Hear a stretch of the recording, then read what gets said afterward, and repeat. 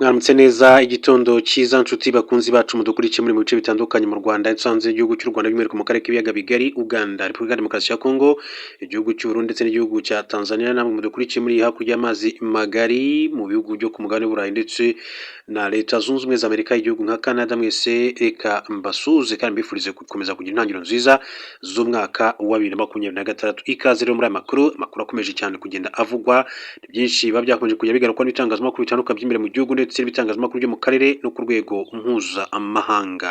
Ni inkuru navuga ko ibaye nk'itungurana ku banyarwanda mu gitondo cy'uyu munsi cyo ku itariki ya 2 ukwezi kwa mbere 2026 kuri General Mubaraka Muganga. N'uyu ni CDS cyangwa se ni umugaba mukuru w'ingabo z'igihugu cy'u Rwanda.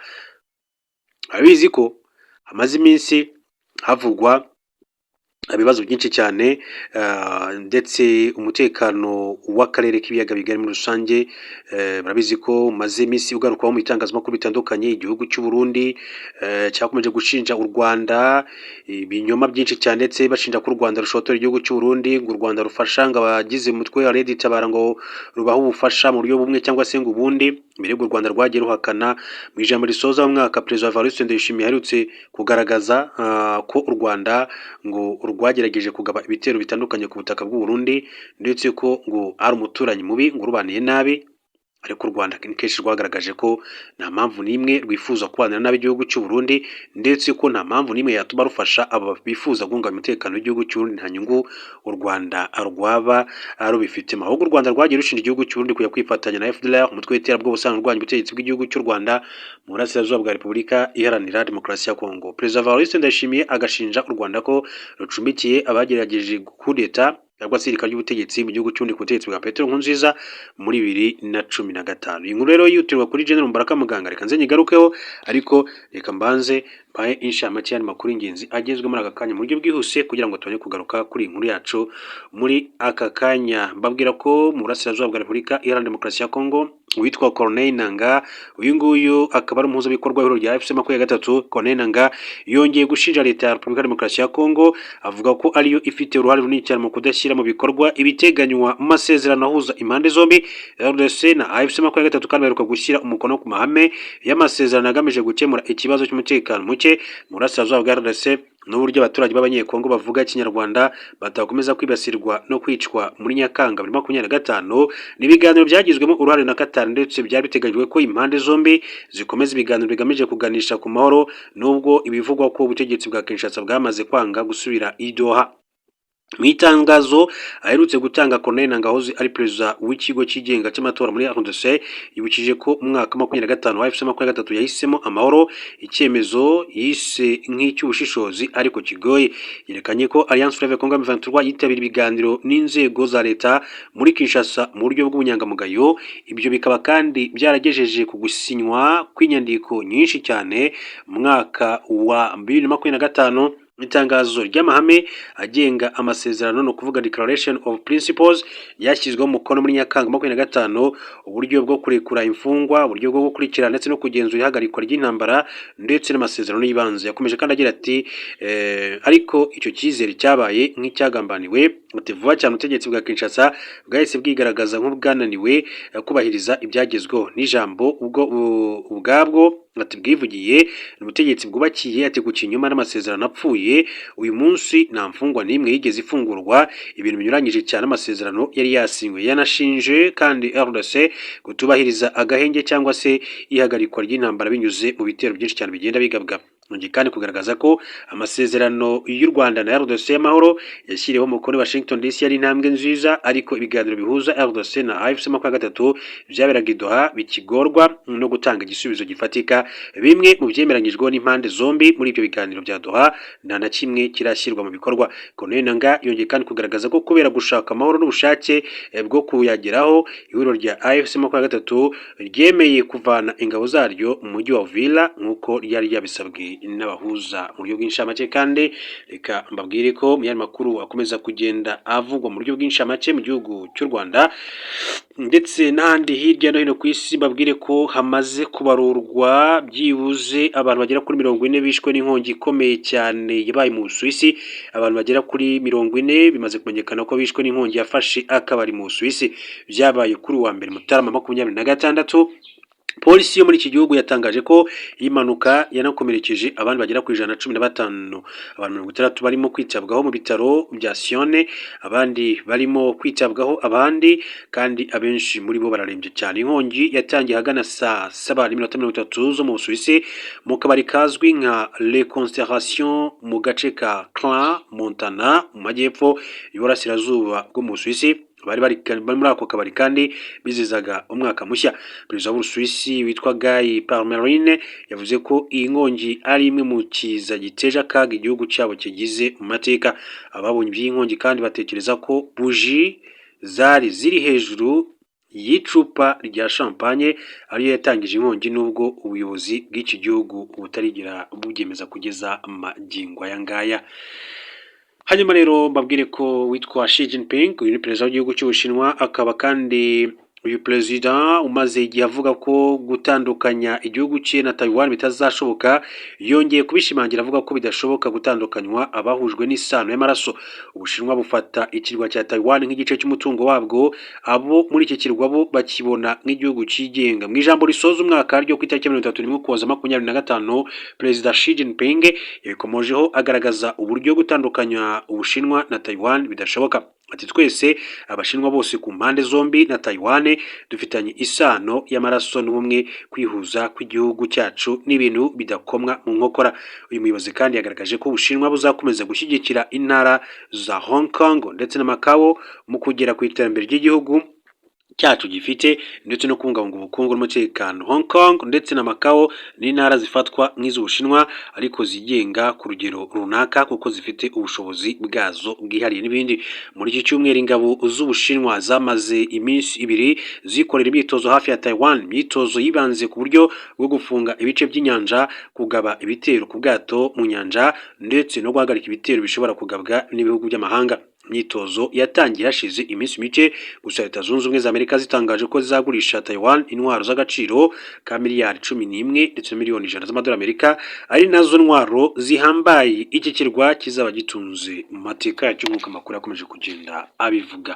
Ikaze rero muri aya makuru kuri General Mubaraka Muganga, umugaba mukuru w'ingabo z'igihugu cy'u Rwanda.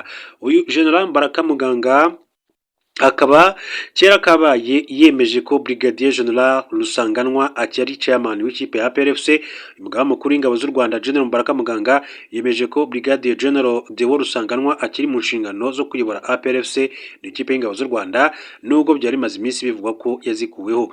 Ibi ni umugaba mukuru w'ingabo z'u Rwanda General Mubaraka Muganga yemeje ko Brigadier General Deo Rusanganwa akiri mu nshingano zo kuyobora APRFC nubwo byari maze iminsi kandi bivuga ko yazikuweho. Ibi ni bimwe rero mu byo yatangaje nyuma y'ibirori byo gusangira umwaka mushya ku bakinyi, abakunzi n'abayobozi ba APRFC byabaye kuri wa 4 tariki ya 1 Mutarama 2026. General Mubaraka Muganga yabajijwe niba amakuru avuga ko Brigadier General Deo Rusanganwa usanzwe ari umuyobozi wa division ya 2 mu ngabo z'u Rwanda atakiri umuyobozi wa APRFC, avuga ko ari bibuba ahubwo kutaboneka kwe biterwa n'izindi nshingano afite muri minsi. Ati chairman wa APRFC ni Brigadier General Deo Rusanganwa, murabizi rero imirimo yacu ati rimwe na rimwe idusaba kutaba i Kigali. Ati umutwe w'ingabo ayobora ushinzwe amajyaruguru ngira ngo niyo aza kuba rero mu majyepfo cyangwa se mu burasirazuba byashobokaga ko bigenda gutyo. Nanjye rero uyoboye izo ngabo uyu munsi murabona nambaye imyambaro itandukanye n'iy'abakunzi ba APRFC kuko twe turi mu kazi, ariko kuko igikorwa cyabereye ati mu mujyi nashatse umwanya ndaboneka. Ati nawahindura ubuyobozi bw'ikipe bitavuye hejuru mu buyobozi bwa gisirikare. Yongeyeho ko undi ufite imirimo udahari ari umunyamabanga wa APRFC Colonel Retired Mugisha Vincent, ariko bitabuza ibikorwa by'ikipe gukomeza.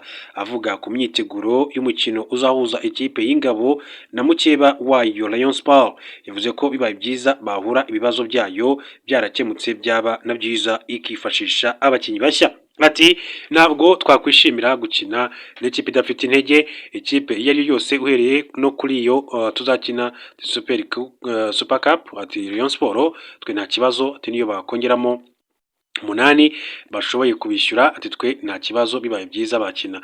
Ati kugeza ubu APR FC ku mwanya wa kabiri n'amanota 26 ku rutonde rwa shampiyona y'u Rwanda nyuma y'imikino 13 imaze gukina, iri kwitegura kandi guhura na Bugesera FC ku itariki ya 3 Mutarama 2026. Ngayo rero makuru yihutirwaga kuri General Mubaraka mu Uganga.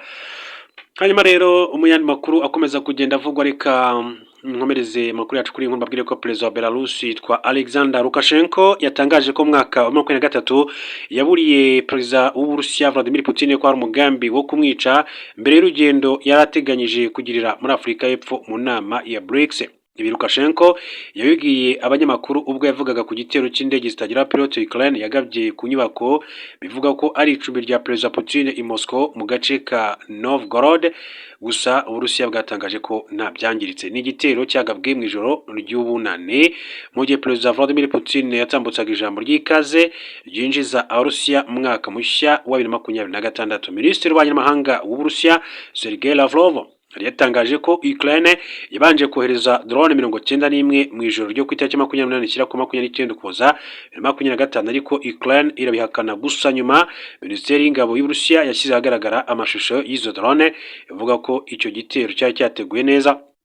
Alexander Lukashenko perezida wa Belarus yavuze ko mbere y'inama ya BRICS ya 2023 inzego z'ubutasi za Belarus zari zakiriye amakuru aturuka mu burengerazuba bw'isi agaragaza ko hari gutegurwa igitero kigamije guhitana perezida Vladimir Putin.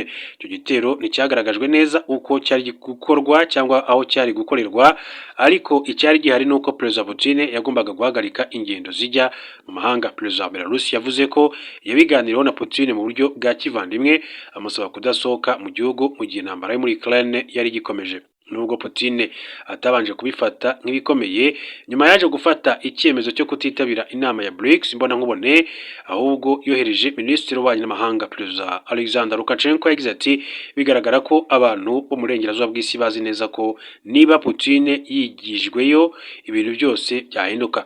Ibi ni ibintu bikomeye cyane, ati mbivuze bwa mbere uyu munsi kuko tudakwiye kwirara.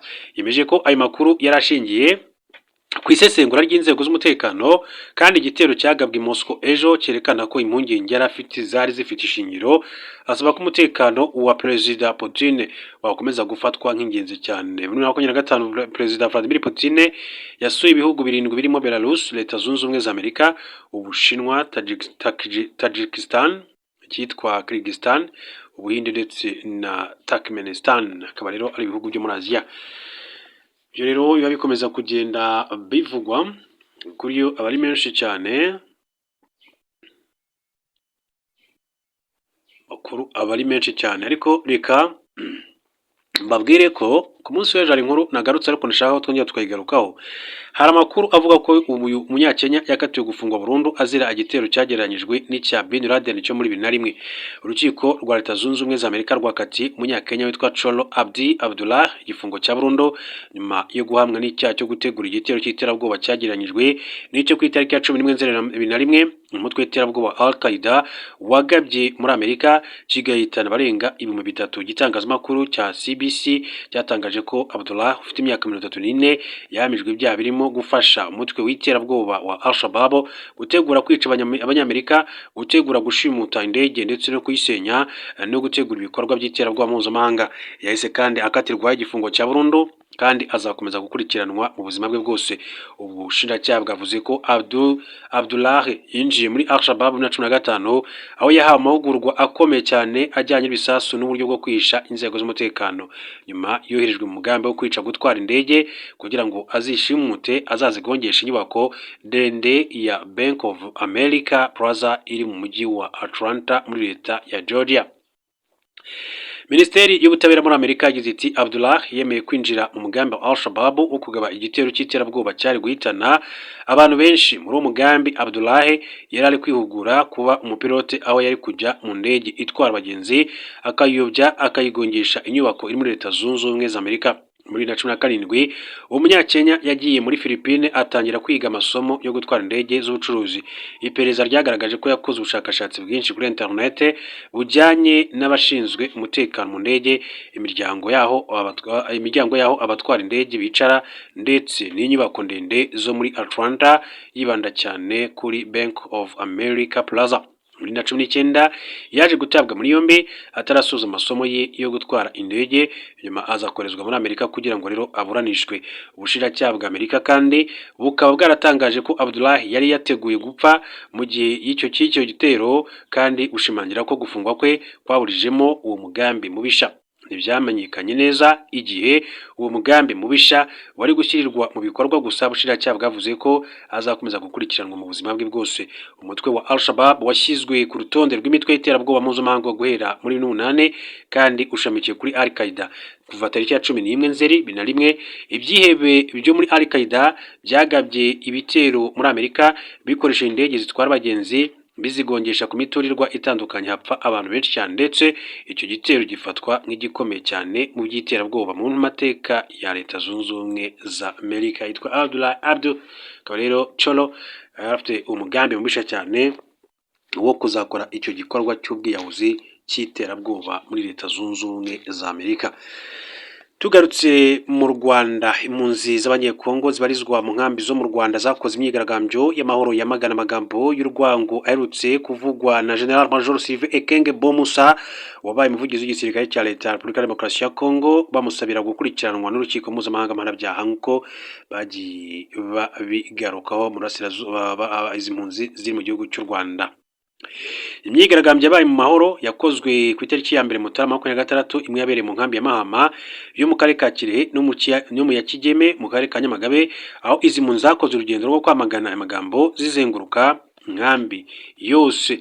Hanyuma rero amakuru akavuga ko ku itariki ya 24 Ukuboza 2025 bwo Major General Sylvain Ekenge yatumiye kuri televiziyo ya RDC mu kiganiro cyasobanuraga uko umutekano uhagaze mu burasirazuba bwa Kongo, cyane cyane mu bice biri kuberamo imirwano mu ntara ya Kivu y'Amajyepfo. General Major Sylvain Ekenge Bomusa yavuze amagambo yibasira abatutsi, agera naho avuga ko gushyingiranwa n'umututsikazi bisaba kwitonda, kuko mu gihe cyo kubyara azana mu rugo bene wabo bakaba ari bo babyarana. N'amagambo yagaragaje uburyo urwango ku batutsi rw'ubutegetsi bwo muri Repubulika ya Demokarasi ya Kongo rwarenze inkombe ku buryo rwageze no mu basirikare bashinzwe kurinda abaturage. Amagambo yatumye RDC ishyirwaho igitutu gikomeye mu kwiyererutsa General Sylvain Ekenge ahagarikwa ku mirimo ye.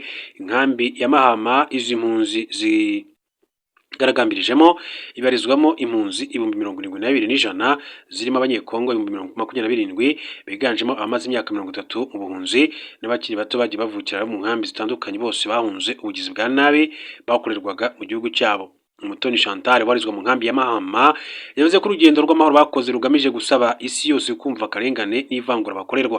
Yavuze ko badashobora kwishimira iminsi mikuru nk'abandi ngo baceceke mu gihe ubuyobozi bwa Leta ya RDC ikomeje kwica bene wabo. Barasaba kandi abandi bakicishwa inzara amahanga acecetse. Ati turamagana politiki ya RDC ikomeje kutwita abanyamahanga ku butaka bwacu, igashyigikira ivangura n'ubwicanyi. Turamagana kandi amagambo y'urwango yavuzwe ku mugaragaro n'umuvugizi w'ingabo za FARDC General Major Sylvain Ekenge, watangaje ko gushyingiranwa n'umututsikazi ari ikibazo gikomeye cyane, ahamagarira abanyekongo bose kudashyingiranwa nabo.